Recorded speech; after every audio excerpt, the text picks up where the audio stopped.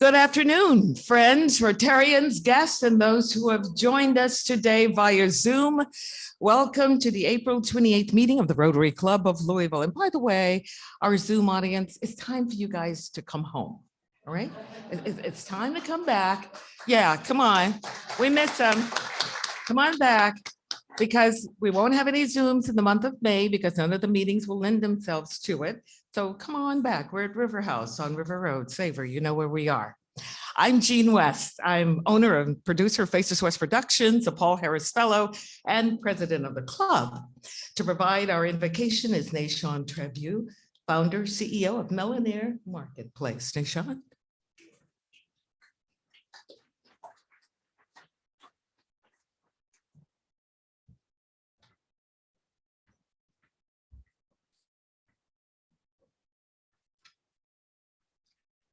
May we bow our heads, please. It is good to recognize how different we are. Our talents, our dreams, our backgrounds, our occupations. It is good to know that when you created each of us, you broke the mold. No one is exactly like everyone else. Even our thumbprint and our voice track tell us how unique you are. Yet we thank you that we can take these differences and mobilize them for the good of the Rotary in our community. In our differences, we can think the same thoughts and move forward. In our differences, we can think the same thoughts and move forward towards a common goal. Bless us as we meet together. Thank you for your individuality and also for our common bond that we all have together. Amen. Thank you. And now to lead us in the pledge and four-way test is Fred Cowan, Club Director, Paul Harris Fellow ×5, Chair of the District Peace Fellows Committee. Thank you, President Jean. Rotarians, please join me in our pledge. I pledge allegiance to the flag of the United States of America and to the republic for which it stands, one nation, under God, indivisible, with liberty and justice for all. And now, Rotarians, join me, please, in the four-way test of things we think, say, and do. Is it the truth? Is it fair to all concerned? Will it build goodwill and better friendships? Will it be beneficial to all concerned? Thank you. Thank you, President. Thank you, Fred. Rotarians, you may be seated. We love to welcome guests. So Rotarians, if you would make your way to the microphone, introduce yourself first and then your guests. Guests, if you would stand when your name is called so that we can recognize you, please.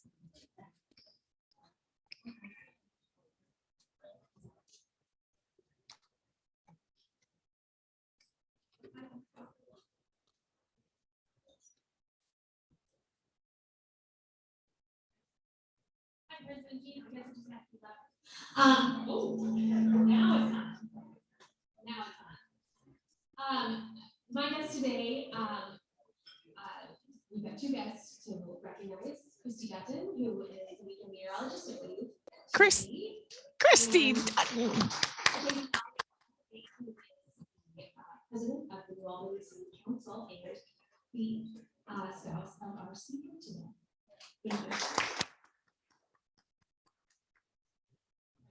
I'm Courier Planner of New Directions, and my guest today is Alyssa Gray with the Humane Society.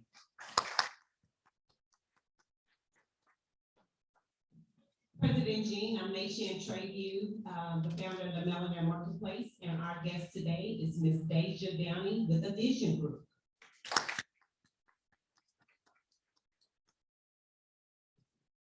Hello, everybody. Jillian Taylor, Executive Director of the club, and I have another long list of guests today. So Brian Prosek with Steptoe, he's a member at Steptoe and Johnson. He's all the way from Columbus, Ohio today. Thank you for joining us.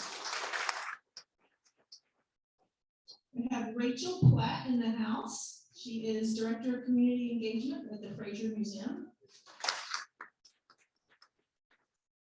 We have Gloria Manamuthu, who is a manager at Cornerstone Engineering. An interesting fact about Gloria, she grew up attending Rotary events. Her dad, Mr. Manamuthu, is a past president of the Rotary Club of, and I forgot to ask you how to say it, Tuticorin, India. So this is our first meeting in the US. Gloria. We have Morgan Hancock with 6 Degrees Real Estate, Commercial Investment and New Construction Residential. She is also a business owner, a U.S. Army veteran, and you will see her all over social media looking gorgeous. Thank you for joining us. We have Chaz Edwards, he's an associate with PRG Commercial Property Advisors. We have Tracy Davis, who is, I think, a second-time guest. She's an attorney, certified diversity professional, and running for circuit court judge. Is that correct? Yes, welcome back, and we hope to have you as a member soon.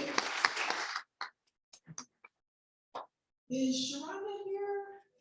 Okay, we'll hopefully introduce her at a future meeting. We have Michelle Black-White, who is the executive director of the Brightside Foundation and president of the Junior League of Louisville. And last but not least, didn't have room for the table, but Selma Domingo Jacinta, still have it right? No, Jacinta Domingo. Sorry, I got it backwards. She is the owner of Green Health Cleaning Service, and you've got a book. Do you have your book, Amy? The author of How to Make It Big in the USA just released a great book. Check it out at one. So thank you for joining us. Thank you. Thank you so much. Guests, if you would like to learn more about our club, please join us at the What is Rotary table over here, and you'll find out everything you need to know about Rotary. We hope to have you back. We hope to have you as a member as well. It has been a busy month and a busy week here. A lot going on in our club. First, Ward Wilson with Kentucky Waterways Alliance and Ira on Wave listens for Earth Day. With our partnership with Kentucky Waterways Alliance brought several opportunities for visibility. I helped kick off the Earth Day Sand Island Press event with Congressman Yarmouth, Mayor Fisher, and many others. And then our executive director, Delene, represented Rotary on Great Day Live on WHAS TV at the Waterfront Botanical Gardens. Thank you, Rotarian Casey Myers, where are you? Rotarian Dan Maloney with the Louisville Zoo was on that program as well. And links to the videos are on our website and on Sparks. We had two big service projects this weekend. Our Repair Affair project. We cleaned up an acre yard in Linden for a 77-year-old disabled man whose neighbors told us he's an icon in the area. He was very grateful for our work, and thanks to all who showed up and helped to make Max Monahan of New Directions for his help in organizing the cleanup. Thanks also to those who participated in our storm drain marking project along Frankfurt Avenue. I want to encourage each of you to join me in signing up for automatic recurring quarterly contributions to our local Rotary Fund and to the Rotary International Foundation. Now, we used to do this a while ago and it went away, but we're bringing it back, okay? Supporting these two grant-making organizations is a very important part of being a member of this club. And we're asking each person to contribute a minimum of $100 per year to each. Very easy to set up.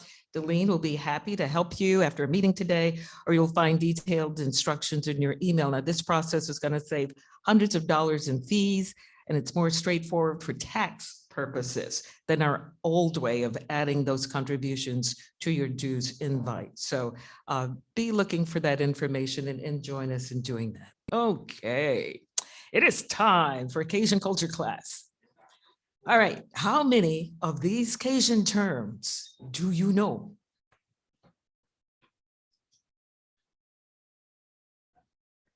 All right, couillon. Anybody know what that means? Couillon? That means you are a few sandwiches short of a picnic, you know, kind of like, Walt, you couillon, you left the dog out again. Okay.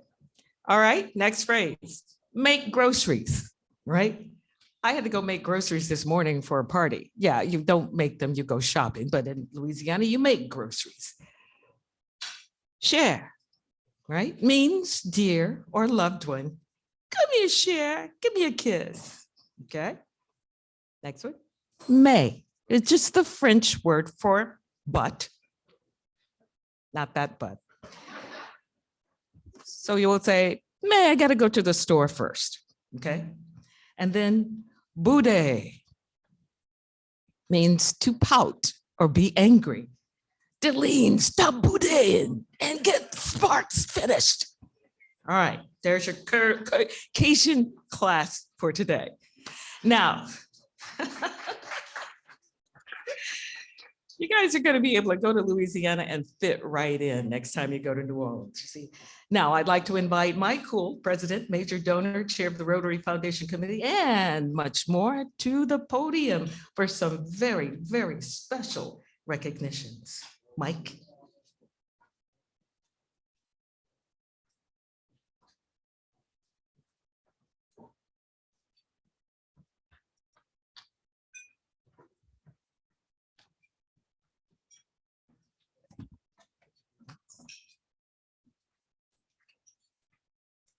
Oh, they're gonna wait down there, okay. Everybody in the room who's earned their Paul Harris Fellow pins, would you please stand and be recognized? All the Paul Harris Fellows in the club that are here today. In appreciation for the many ways in which you exemplify Rotary's motto of service above self, and on behalf of the women and men of our Rotary Club, it is my honor and pleasure to recognize some more people as Paul Harris Fellows today. As a Paul Harris Fellow, these Rotarians are promoting peace, fighting disease, providing clean water, saving mothers and children, supporting education, and growing local economies. You also are providing funds for matching district grants that support projects in our community and other communities in Kentucky. On behalf of the trustees of the Rotary Foundation, it's my pleasure to present you with these emblems of a Paul Harris Fellow. And we're going to try to get all of you on stage without the stage collapsing. Not your problem, but we're still, once you come on up.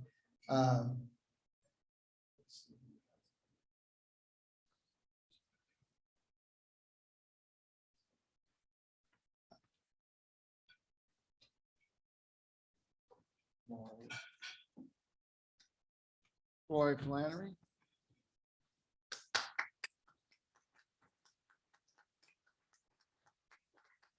Lori is becoming a first-time Paul Harris Fellow, and we want to thank her for doing that. The first one's the hardest one, as you'll see later. There's some more after, it's easy after that. Stan Wetzel.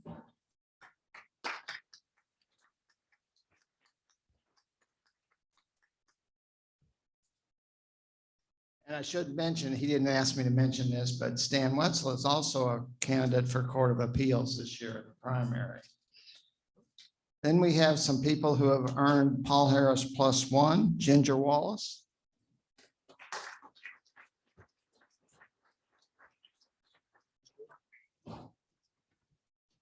Ken Silvaggi.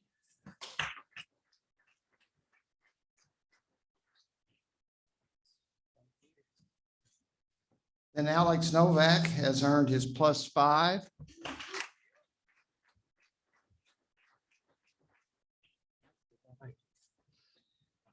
And finally, Fred Cowan has earned his +6.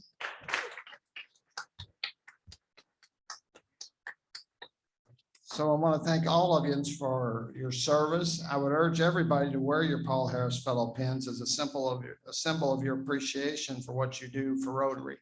And thank you very much.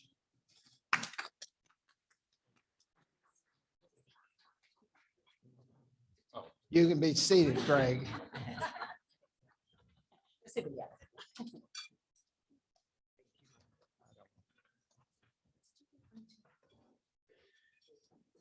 There, yes. Mike, it's awesome, and congratulations to our new Paul Harris Fellows. When I started my term, one of my goals was to acknowledge Paul Harris Fellows and to increase our numbers. And I tell you, Mike has knocked it out of the park. Thanks so much. I'd now like to invite Ashley Brower, Vice President of Communications for Foundation for a Healthy Kentucky, Club Director and Chair of our Leadership Fellows Committee, to the podium to introduce our speaker.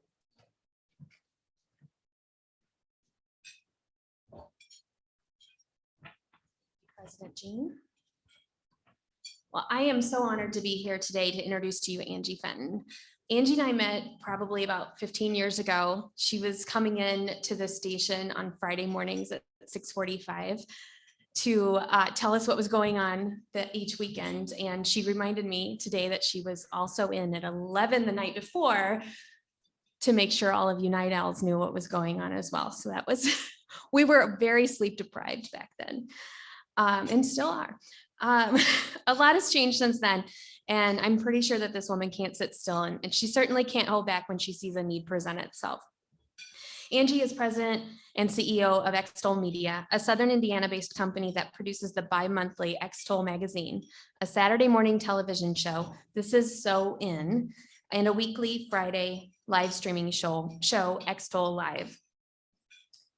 Extol also serves clients in a myriad industry by providing full service video production, photography, print and digital content, live and virtual events, social media management, public relations, marketing, and support for nonprofits through Extol Love. She does it all. Angie previously served as the on-air host of a weekday morning television show on the ABC affiliate and editor of 2 regional publications. A Michigan native, Angie moved to the Louisville area in 2002, where she spent much of her time working in many facets of the media, but has a background in academia. She earned her bachelor's and master's degrees in English language and literature from Central Michigan University, and she has served as an instructor at the collegiate level. Angie has received various accolades over the years, including being named one of Leo Weekly's favorite media personalities, Most Admired Woman in Media by Today's Woman, and one of Louisville Magazine's Women to Watch. And you all, thanks for bearing with me. I'm major allergies today, so I apologize. In 2020, under Angie's leadership, she and her business partner and husband, Jason Applegate, Extol received the One Southern Indiana Business of the Year One Award for companies with 50 or fewer employees. Angie is known for being active in the community and is an advocate for both people and animals. She regularly donates her time to nonprofits and community causes. She and her husband, Jason, live in New Albany with their 6-year-old daughter and a menagerie of rescued furry family members. Please welcome Angie Fenton.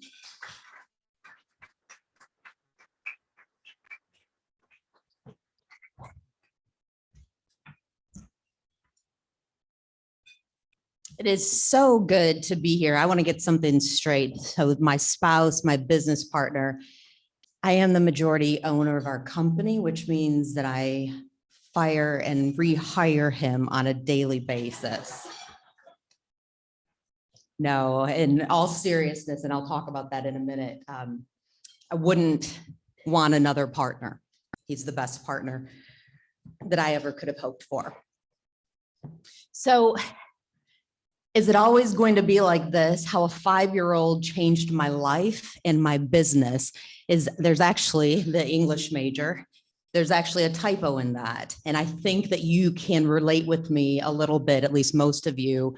The days, the months, the years have all just kind of melted together. The fact is, it should be how a 4-year-old changed my life and my business.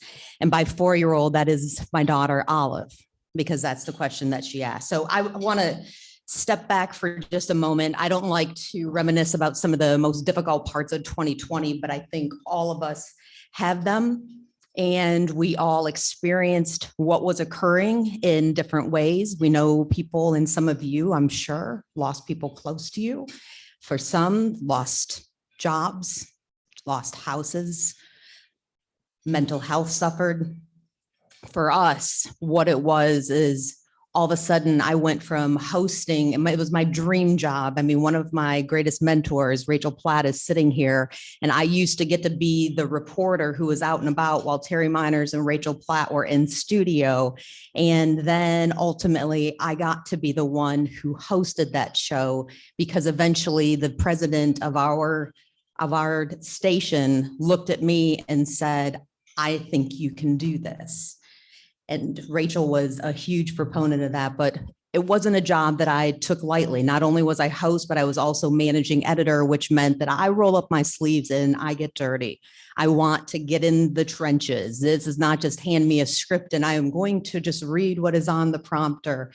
I'm a worker. I've always been a worker. I come from a mom who raised 5 kids by herself, and work ethic was just a part of growing up and giving back to others. I always just say, love God, love people. Those are the mottos that I grew up with. But here we were packing up our bags and came home, and all of a sudden, the show that I had been given that honor of hosting is now off the air. And I remember Jason and I sitting there talking, and I said, no, we're going to figure out something. And eventually we did. We figured out a live stream so we could at least get on social media, which proved to our then bosses that we could get back on air, and ultimately led to that. But the funny part about it was I was the host of the show, and we had reporters and producers and a really talented cast of people who were hard workers, all trying to figure out and navigate what is happening in our world, let alone this TV show that also was the livelihood for people. And what was the biggest draw for me is what Rachel and Terry had brought to it, which was the community aspect. Yes, granted, it was a sales vessel, and we knew that. We all knew that it was a sales vessel, but at the same time, there was so much community to it. But they sent the host home. We all had a good laugh about this, with a laptop that was so archaic. My laptop didn't even have a camera in it. Rewind for just a moment. This is the first issue of Extol Magazine. Jason and I were married. We met in October of 2013 in a paint store that he had invested in. He had been married before. His wife died in 2010 of lymphoma within 6 months from diagnosis to death.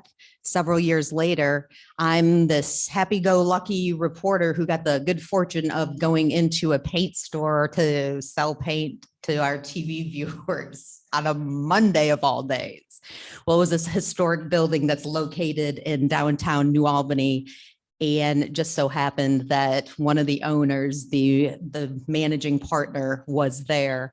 And that's how we met. And less than a year later, we were married in October of 2014. And I said this, and for those of you who have biological children, I am adopted.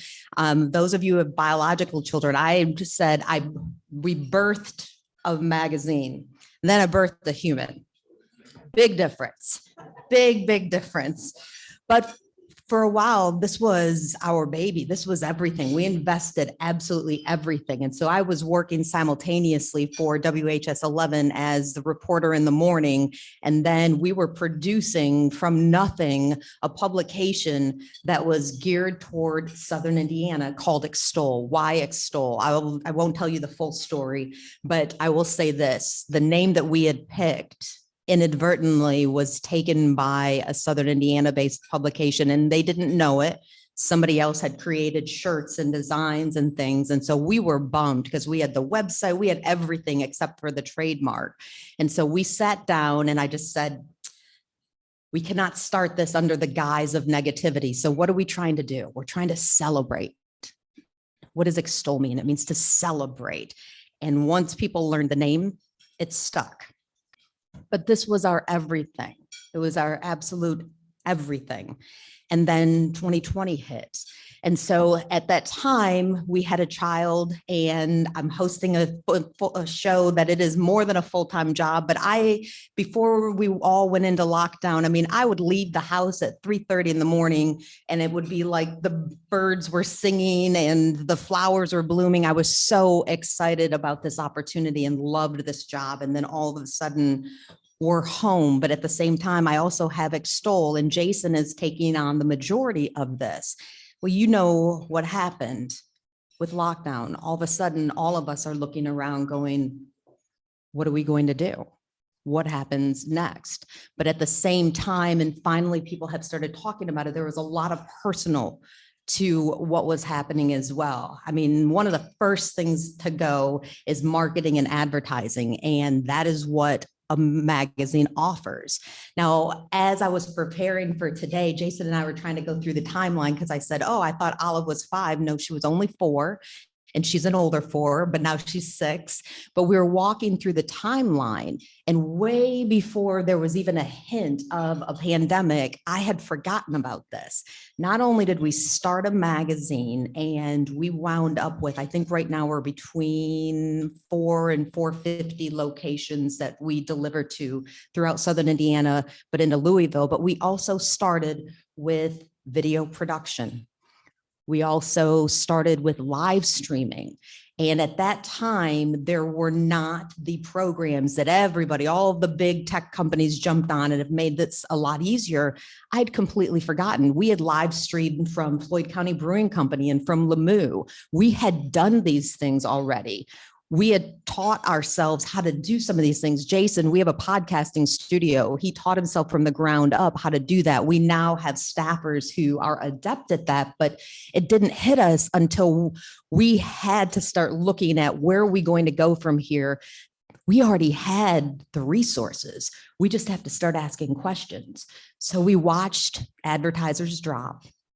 But then we also watched advertisers who reached out to us because ours is a free publication. That's the only way that we want to be able to do that. And so we started to see we could potentially transcend what's happening to us. But at the same time, we were working, we turned the kitchen into my studio and the living room into Jason's studio.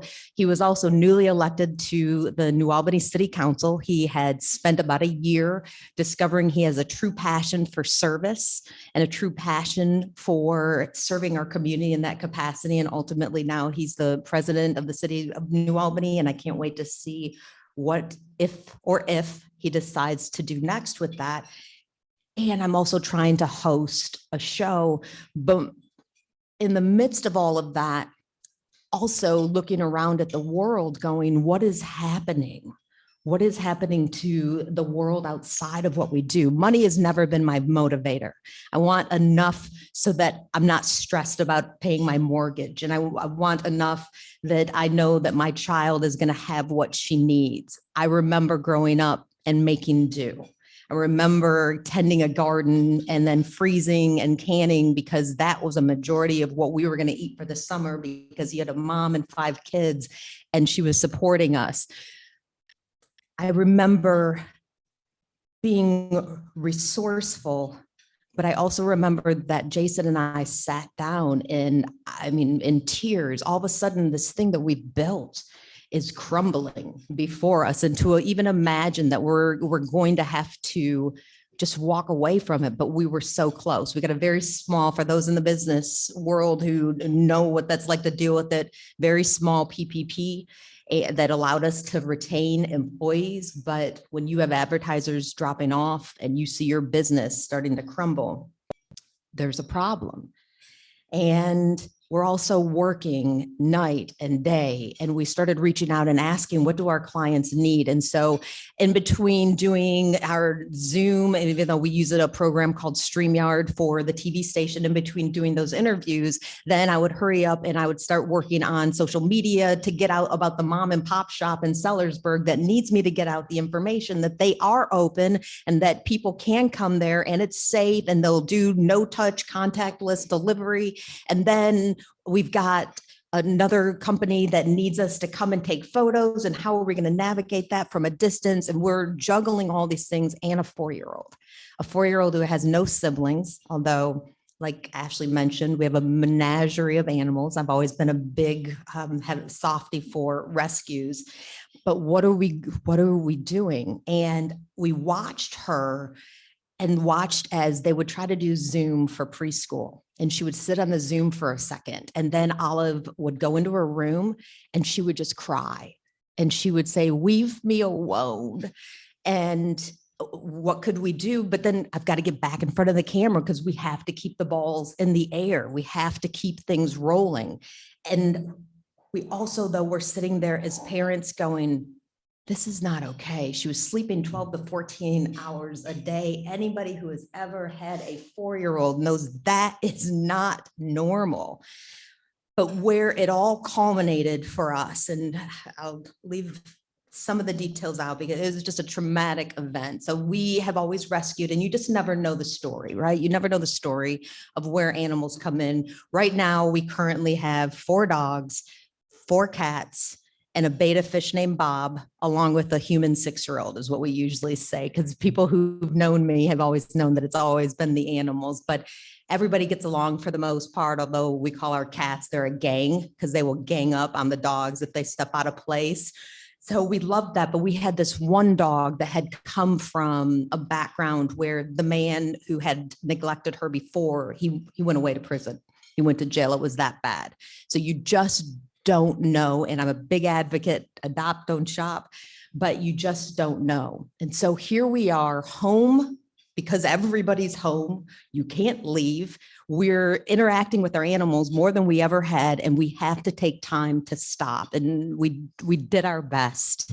And sometimes, your best is not good enough, but we have to take time to stop.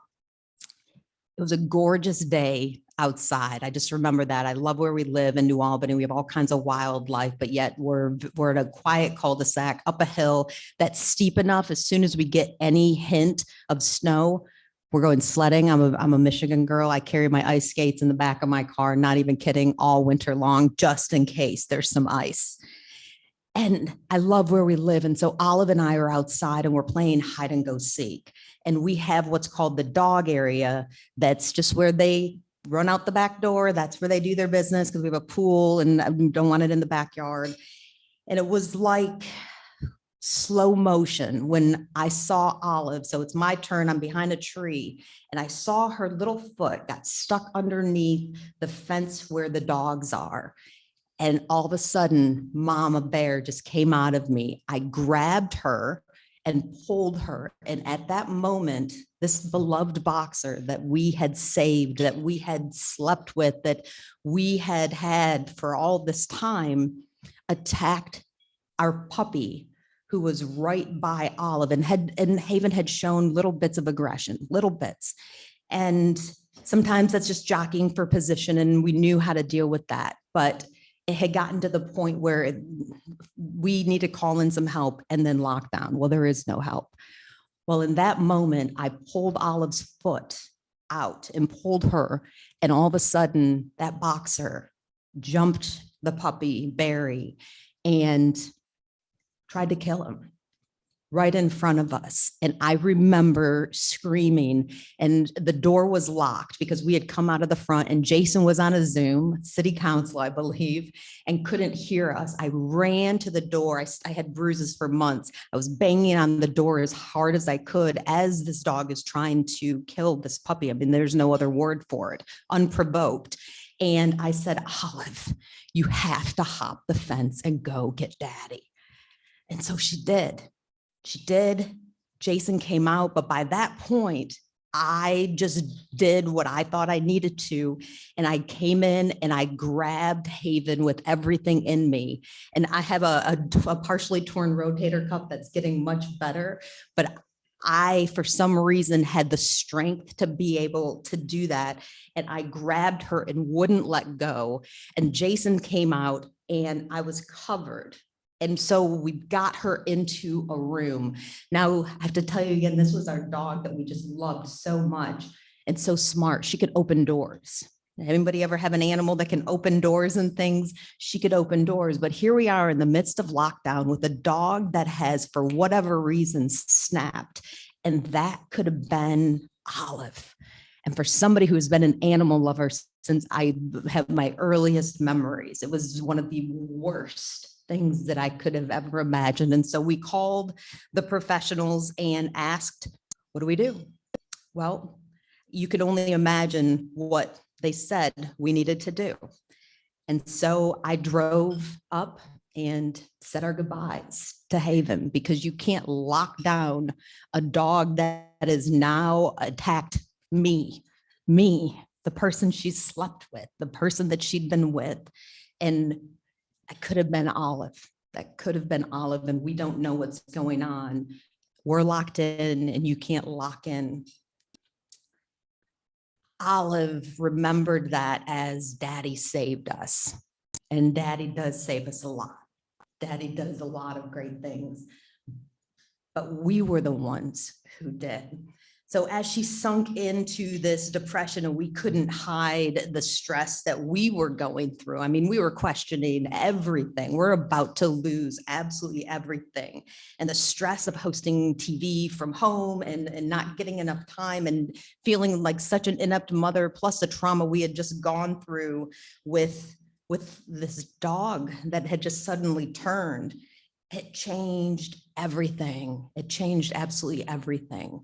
We started reaching out. The Chamber of Commerce that I value so much over in Southern Indiana, we had one last ditch hope, turned us down for a loan, a very low percentage rate loan, and said we didn't fit the spirit of the loan, despite all of the clients who did.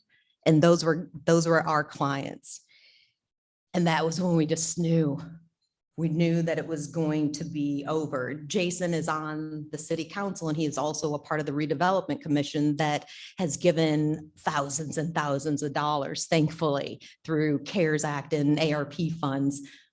we can't ask for that, even though legally we can. We knew it was a 2-minute conversation. If we even asked for $1 to benefit our business, which I am the majority owner, it's legal, but that is not ethical as far as we felt.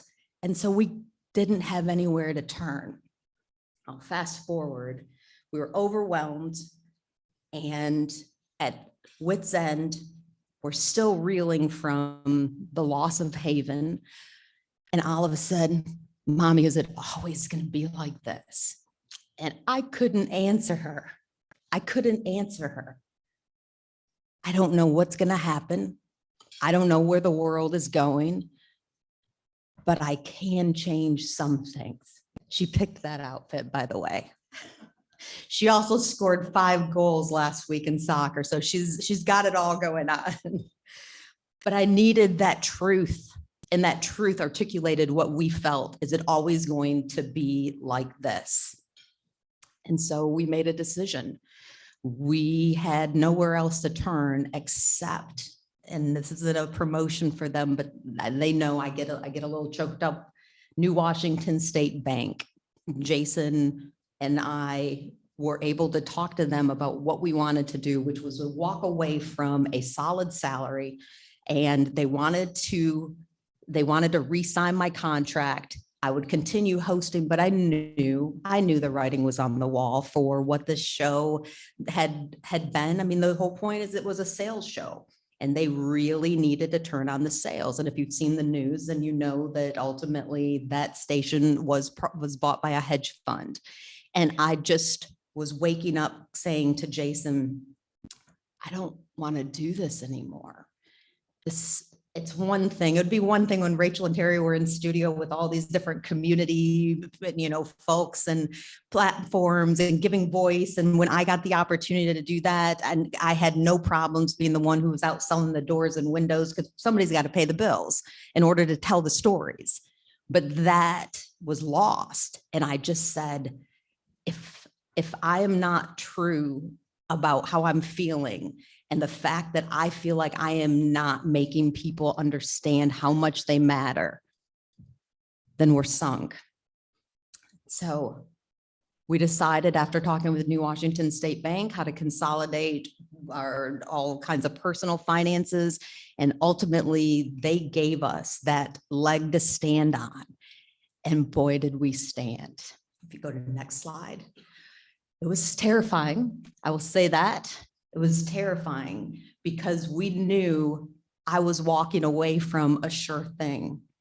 February 16th, 2021, I looked it up. It was about 32, 33 degrees. And I remember that because I'd take the dogs out and it was freezing cold. And it was like a Disney movie in my head. The flowers were blooming, the birds were singing. It was pitch dark, by the way, because I get up at about 4 o'clock in the morning.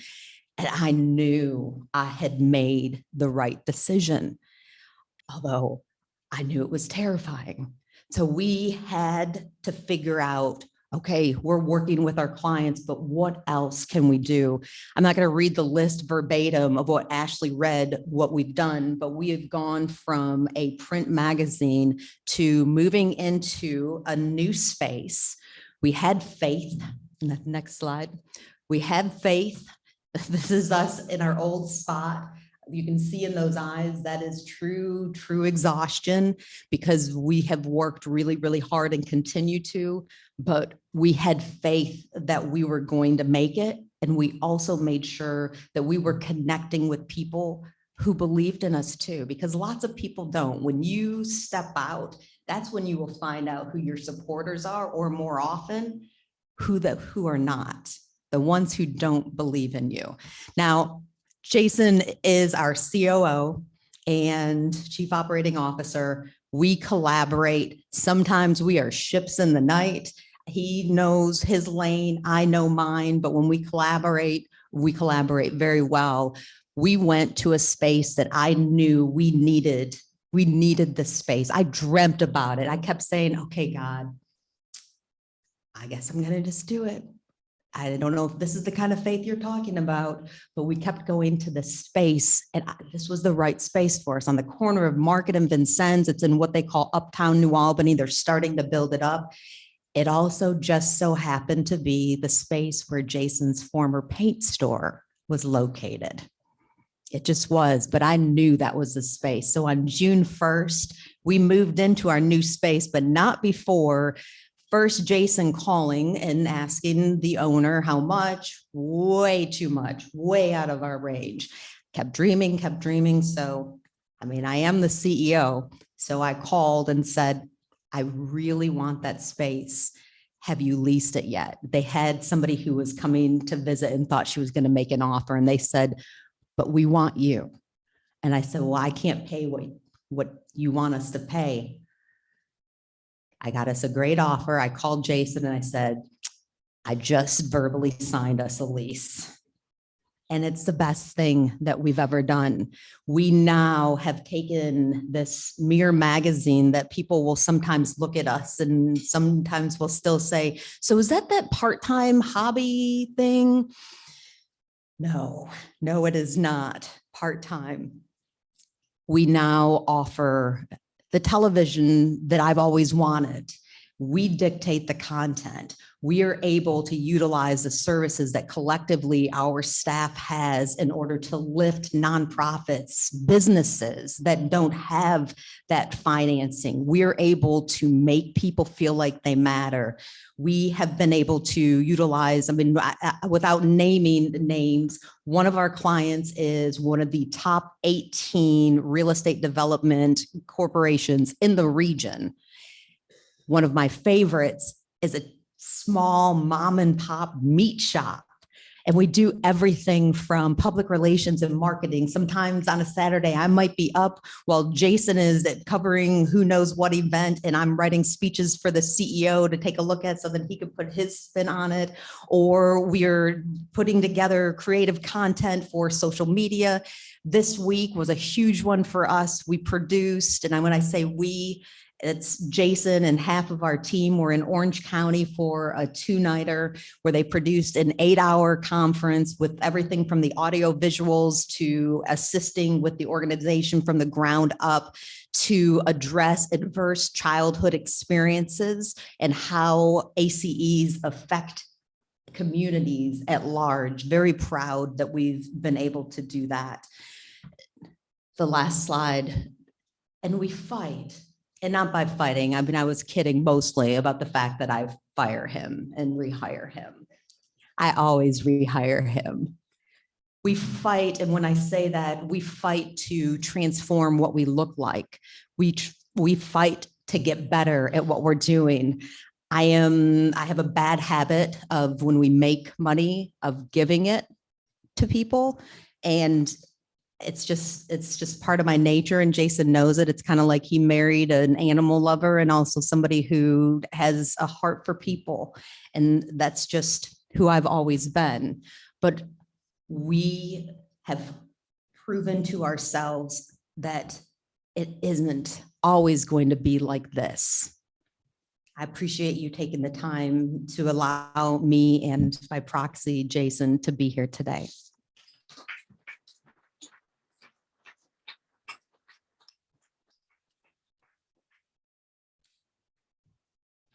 Had my timer on. All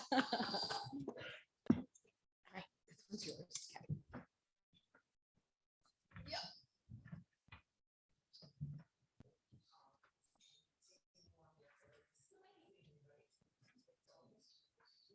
That's our newest issue. One of the things that I'm most proud about is that normally they would they've taken out ads in several newspapers, and they asked if we would actually take this on. And I said, I'll do you one better than that. And it's to acknowledge 698 seniors who are volunteering in Southern Indiana. By the way, 15% of those volunteers are 80 years and up. I love them.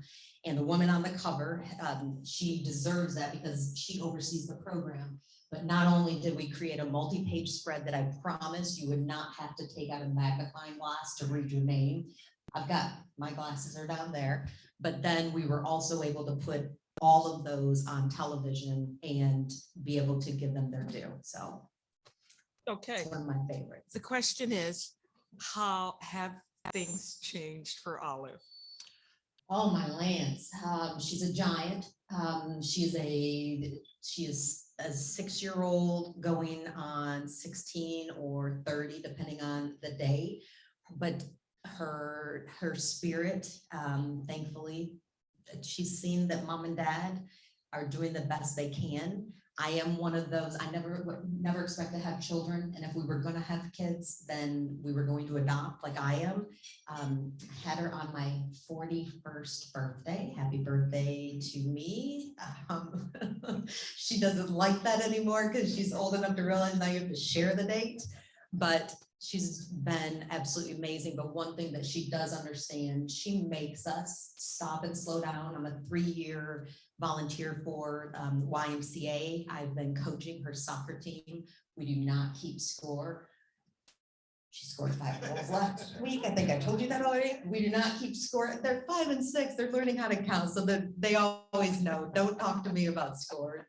But she makes us stop, and she just makes us be better people. But she also is involved. I mean, when Olive comes to the office, which we are at the office more than we are our house, and we love our office so much. She's there cleaning the kitty litter. Yes, we have an office cat named Ginger. She will be there watering the plants. I mean, she sees us. If I work on a Saturday or Sunday, then she's with dad, or vice versa. She knows that mom and dad have goals and dreams, but that she is the priority. And so I would say she's doing really well. She's doing okay.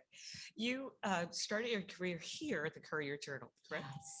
Yes. As a reporter. And so navigating the, as you mentioned, the sales part or infomercials, if you will, with news. And Rachel, you did it so well. You did the morning show. Well, yes, you did.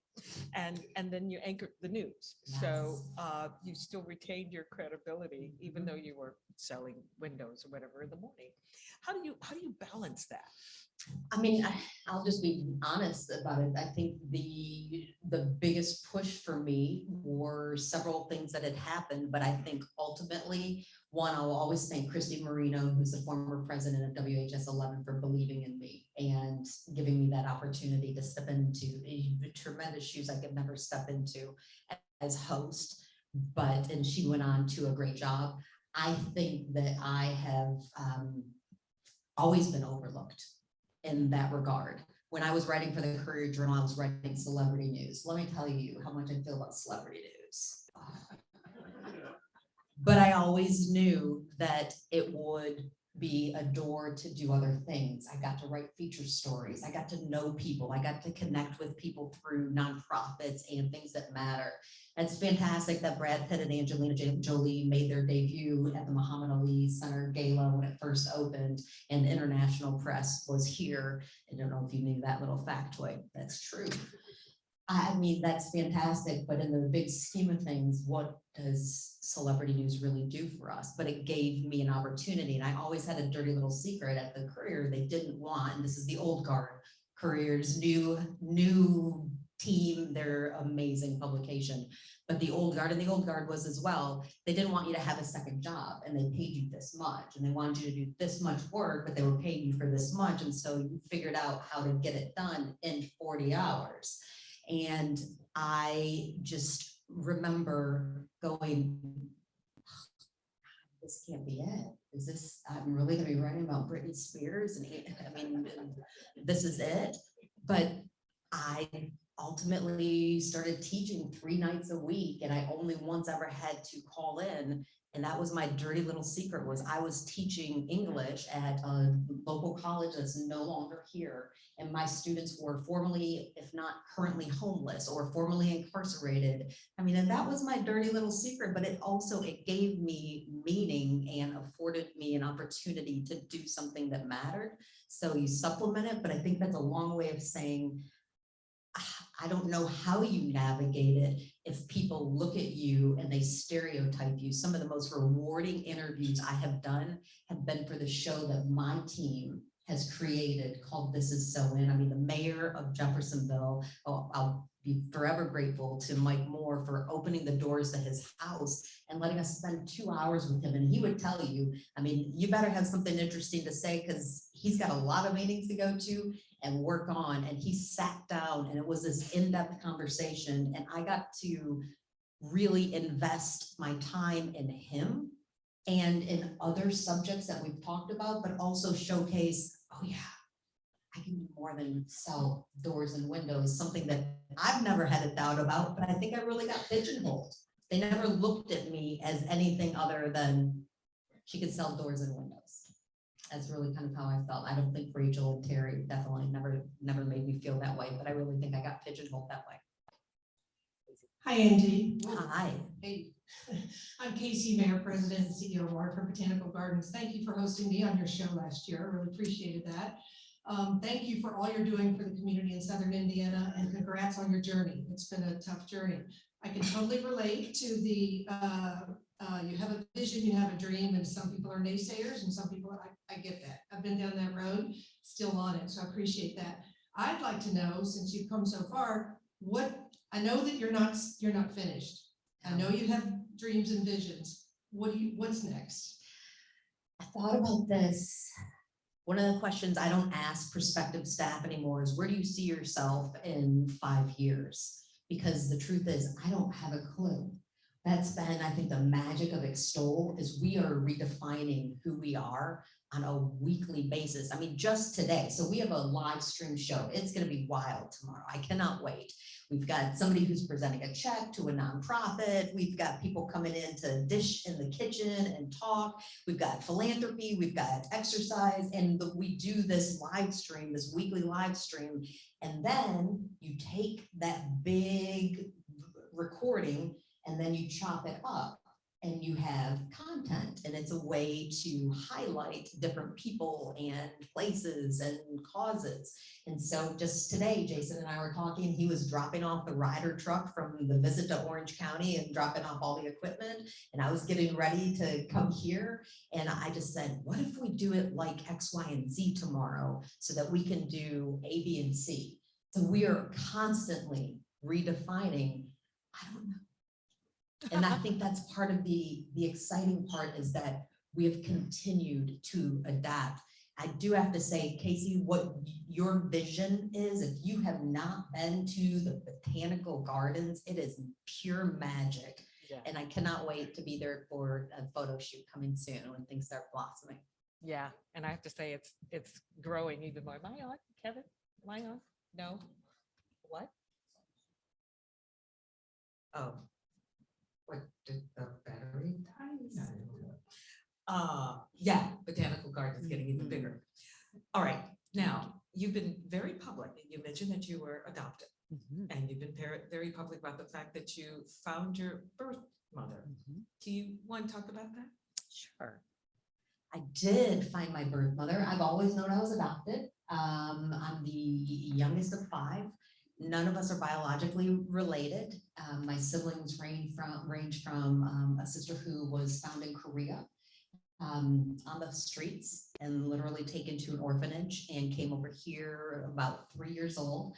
I have a sister named Stephanie who is Black and has different physical disabilities that we didn't find out until later. The guess was always that her mother had either taken or been given something. And back in the 70s, what they did with kids like her was leave them in the hospital, fed her and changed her for a year, and that's it. And she surprised them all. She's 5 months older than I am and drives and lives independently and has a voice that is absolutely amazing. I am multiracial. And they did not know what to do with kids like me. And very often we were left in orphanages to age out of the system. I'm very grateful that my mom and dad, even though my dad left when I was 6, I'm very grateful that they gave me that opportunity. I did meet my birth mother when I was in college. And then, crazy enough, at the Courier Journal, I've got to see how this goes. So at the Courier Journal, you know how like you just meet someone at work and you just start talking, and then maybe a little bit few days later, you just start talking. So coffee and conversation. And ultimately, I had started to learn little bits and pieces. So meeting my birth mom, she only told me certain amounts of things. And I met her by sending a letter to a national adoption reunion registry, graduated with my master's, went to New York City, and actually went to New York City was in 2001, and then came back and had a phone call that said, I think we found your birth mother. And that was kind of wild, and getting to know her for a little bit and meeting her. And there were things that she didn't want to tell me. And I almost wish that she would. She was 20 when she had me, and her father, she's white, her father had threatened to kill her and me if she kept me. So, you know, what are you doing at 20 years old back then in the 70s? I'm gonna lose my entire family, and so she made the choice that she needed to make. And I wish wherever you are, Carolyn, that she would know, because she ultimately decided that she didn't want to have a relationship. But I wish that she would know I've never blamed her. I got the life that I'm meant to have, and that you can't fault somebody at 20 having to face such a horrifying decision. But I, at the Courier Journal, met this woman, and long story short, through Carolyn, I found out that my biological father was a twin, Donald and Ronald, and came from a very small town, Ironton. So, I mean, how many Black twins named Ronald and Donald could there possibly be in Ironton, Ohio? And it turned out that her family knew them, but there was a matriarchal aunt who was the gatekeeper, who I would talk to her, we'd established a relationship, and then she never let me in. Right after we got married, a TV show had reached out called Finding Your Father and asked if we wanted to go on a ride. So we literally went on a ride. I met my biological family, and it was the first time I ever saw brown and Black people who looked like me, of all shapes and sizes. And I mean, it was the most amazing thing to be able to meet them. He died of a heroin overdose. Maybe he had some things that they did not want to share with me, but I know this: he was an animal lover. He loved fashion, and he loved to dance.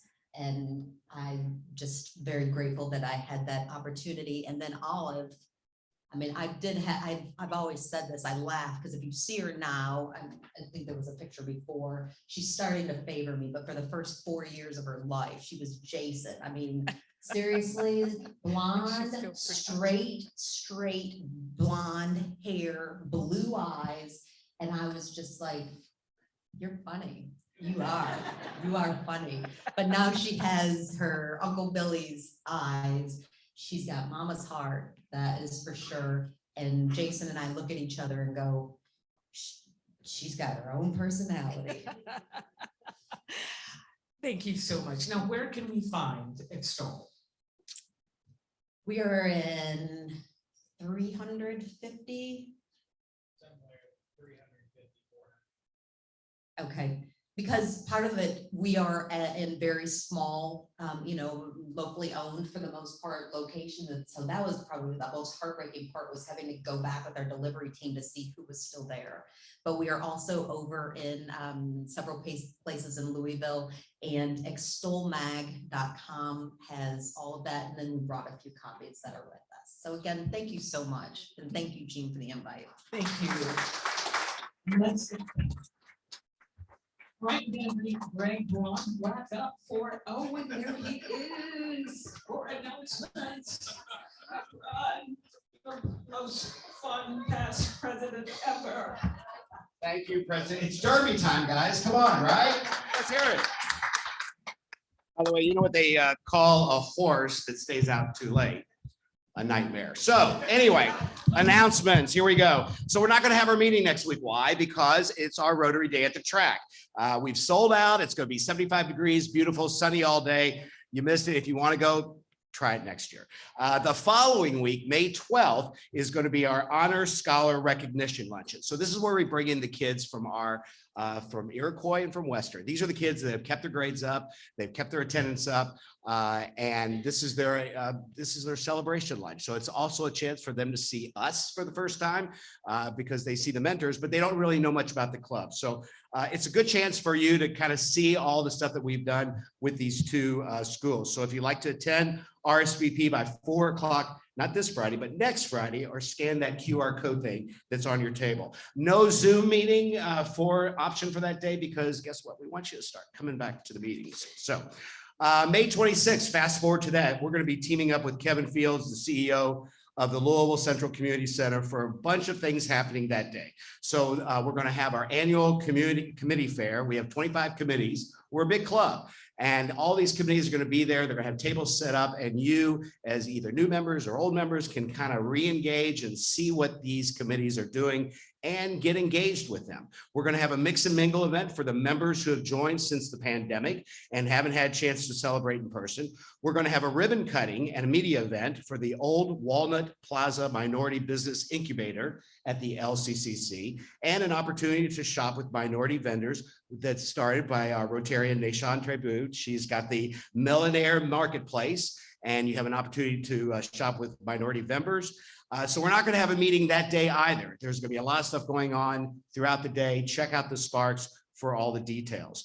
In addition, we are participating next week in the Derby Diversity Week event created by another Rotarian, Tawana Bain, and her team. So we have 50 tickets, 50 openings for you Rotarians to come and bring your guests to the Brims, Bow Ties, Bourbon, and Buyers event. It starts about 5:30 on Wednesday, May 4th, which follows our Rotary Day at the Track. So there's going to be a cash bar, light appetizers, there's going to be a DJ, it's going to be lots of fun, and you can register also in Sparks.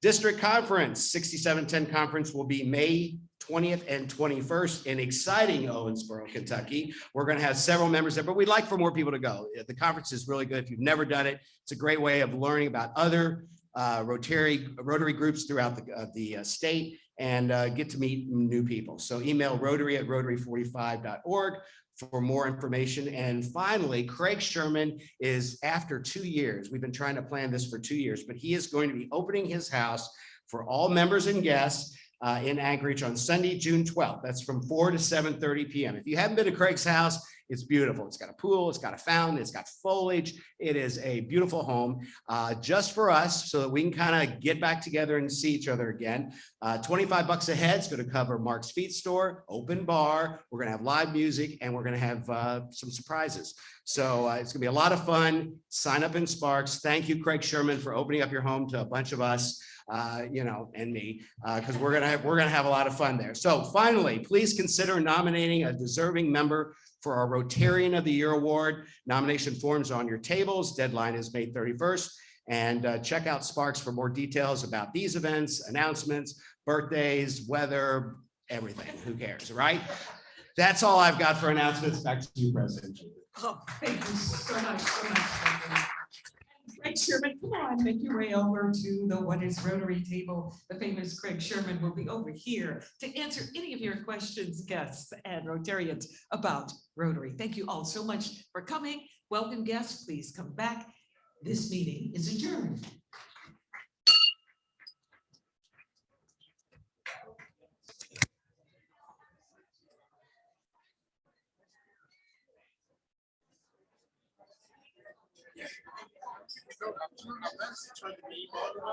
It's just too high for it. So that one sounds great. It's just too high. But no, I'm gonna do something. I got 2 weeks. I'll figure something.